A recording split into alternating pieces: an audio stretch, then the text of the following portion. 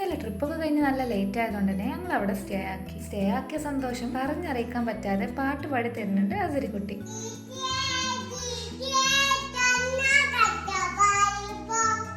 പാട്ട് ഇപ്പോൾ ഏതാ നിങ്ങൾക്ക് മനസ്സിലായോ?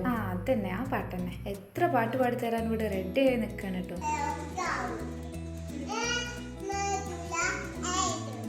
എന്താ ഇപ്പോൾ ആ പറഞ്ഞതെന്ന് എനിക്ക് മനസ്സിലായിട്ടില്ല. ഇനി ശരിക്കും മലയാളം തന്നെയാണോന്നും ഡൗട്ട് ഉണ്ട് കേട്ടോ. അവിടെ സ്റ്റേ ആവുമെന്ന് ഒരിക്കലും കരുതിയിട്ടില്ല കേട്ടോ. അതുകൊണ്ട് തന്നെ ഡ്രസ്സൊന്നും എടുത്തിട്ടുണ്ടായില്ല. അസരിക്കുട്ടീൻ്റെ ചെറുതും വലുതായ ഡ്രസ്സൊക്കെ ഇട്ടുകൊടുത്ത് സെറ്റാക്കിയിട്ടാണ് ഞങ്ങൾ വരെ. എന്താ പുതിയ ഡ്രസ്സ് കിട്ടിയിട്ട് പൊലിവാണിട്ടാ കാണുന്നത്. എവിടെ പോണി കണ്ടാലും പാഞ്ഞു കയറുക എന്നുള്ളതാണ് ഇവളെ ശീലം. പെൺകുട്ടികളല്ലേ, പറഞ്ഞിട്ട് കാര്യമില്ല. രാവിലെ തന്നെ എന്തൊക്കെ ഫുഡ് ഉണ്ടാക്കാൻ പുറത്തിറങ്ങിയിട്ടുണ്ട്. ഒരു വലിയ മെനു കാർഡ് തന്നെ വരുത്തുന്നുണ്ട്. പുട്ട് വേണോ കഞ്ഞി വേണോ എന്നൊക്കെ ചോദിക്കുന്നുണ്ട്.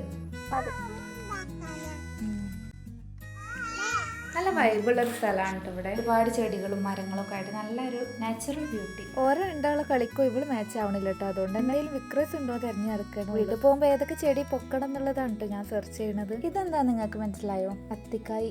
ഇതെല്ലാവർക്കും അറിയായിരിക്കും. ഇത് കൂട്ടാൻ വെക്കും എന്നുള്ളത് നിങ്ങൾക്ക് അറിയോ? എവിടെ വിരുന്ന് പോവാണെങ്കിലും മസ്റ്റാണ് അവിടെ അടുത്തുള്ള ഒരു കടയ്ക്ക് എന്തെങ്കിലും ഒരു ചെറിയ മുട്ടായി ഒക്കെ വാങ്ങാൻ പോകും. അപ്പൊ എനിക്ക് എന്റെ ചെറുപ്പം ഓർമ്മ വരും കേട്ടോ. പിന്നെ അതൊക്കെ കഴിഞ്ഞ് പോകാനുള്ള ഒരുക്കങ്ങളായിട്ട് റിസോർട്ടിക്ക് പോരാൻ യാതൊരു താല്പര്യമില്ലാത്തോളെ പിടിച്ച് വണ്ടി കയറ്റിട്ടോ. അതിപ്പോ നമ്മളും പണ്ട് അങ്ങനെ തന്നെ ആയിരുന്നു. ഐശുട്ടി ആ സങ്കടം ഉറങ്ങി തീർത്തിട്ടു. അതുകൊണ്ട് തന്നെ എനിക്ക് ഹാൻഡിൽ ചെയ്യാനും സുഖമായി. പോണ പോക്കിന് നല്ലൊരു മഴ കിട്ടിയപ്പോൾ അടുത്തുള്ള ഒരു പള്ളി കയറി. പിന്നെ മഴ ചോർന്നതിന് ശേഷം പിന്നെ യാത്ര തുടങ്ങി. പിന്നെ കുറച്ചുണ്ട് എത്തിയിട്ടുള്ളൂ. അപ്പത്തേക്കിനും പിന്നെ മഴ. അങ്ങനെ ഞങ്ങളൊരു പീഡിയ കൊലായ്മ കയറി. അടുത്തൊരു പീഡിയ കണ്ട ഐശുണ്ടോ നിൽക്കുന്നു. ആ പോണ പോക്ക് കണ്ടാത്തോന്ന് ഓളെന്തോ പോയി വാങ്ങി വരും. ഓള് വലിയ ആരാണെന്ന് തോന്നുന്നു. ഓൾക്ക് ബോഡി ഗാർഡൊക്കെ ഉണ്ട് കേട്ടോ. അപ്പൊ ഇവിടെ ഒരാളത് ഭയങ്കര സൈലന്റ് ആണ്. അപ്പൊ ബാഗിൽ എന്തെങ്കിലും കിട്ടുമോ എന്നുള്ളത് സെർച്ച് ചെയ്തോണ്ടിരിക്കും. അതുകൊണ്ട് തന്നെ ഓൾക്ക് രണ്ടാക്കും ചെറിയൊരു മുട്ടായിക്ക് വാങ്ങിക്കൊടുത്ത് നേരെ ഞങ്ങൾ ചായക്കടയിൽ. അവർക്ക് മാത്രം പോരല്ലോ, ഞങ്ങൾക്കും വേണ്ട എന്തെങ്കിലുമൊക്കെ.